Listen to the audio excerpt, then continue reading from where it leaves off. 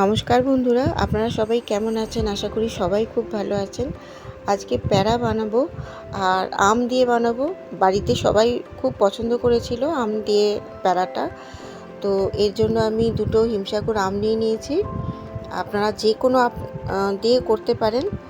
আর আমটা এরকম আমি কেটে পিস পিস করে রেখেছি। আর এইদিকে জল ঝরানো এক বাটি ছানা নিয়ে নিয়েছি। 300 মতন হবে ছানাটা। আমি চামচ দিয়ে একটু ভেঙে নিচ্ছি, ম্যাশ করে নিচ্ছি। এইবার মিক্সি জারেতে দিয়ে দিচ্ছি, এটা ব্লেন্ড করব।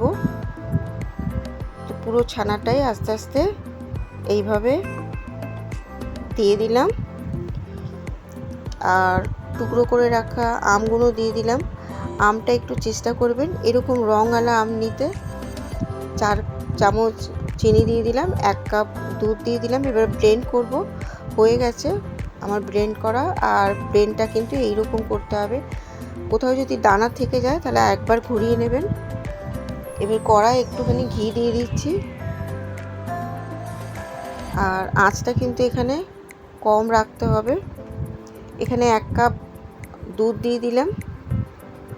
দুধ দেওয়ার পর 300 মতন আমি গুঁড়ো দুধ দিয়ে দিচ্ছি এখানে। আর আঁচটা কম রেখে অনবরত এটাকে ভালো করে নাড়িয়ে নাড়িয়ে মিশিয়ে নিতে হবে। খুব ভালো করে মিশে যাবে।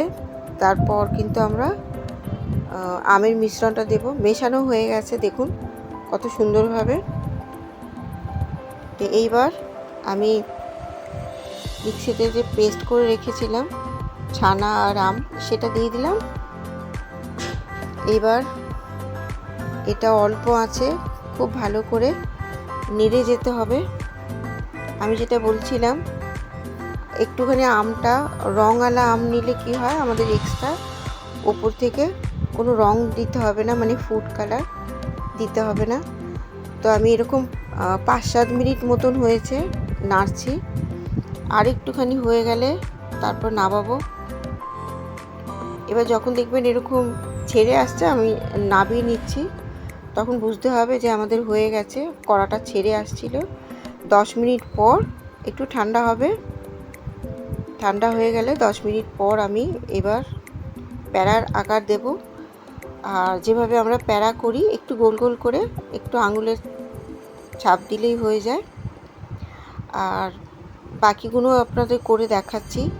আপনাদের প্যারার যে আম দিয়ে প্যারার রেসিপিটা করেছি আপনাদের কেমন লাগলো আমাকে কমেন্ট করে জানাবেন। আর রেসিপি ভালো লাগলে লাইক, কমেন্ট, শেয়ার করে দেবেন। সবাই ভালো থাকবেন।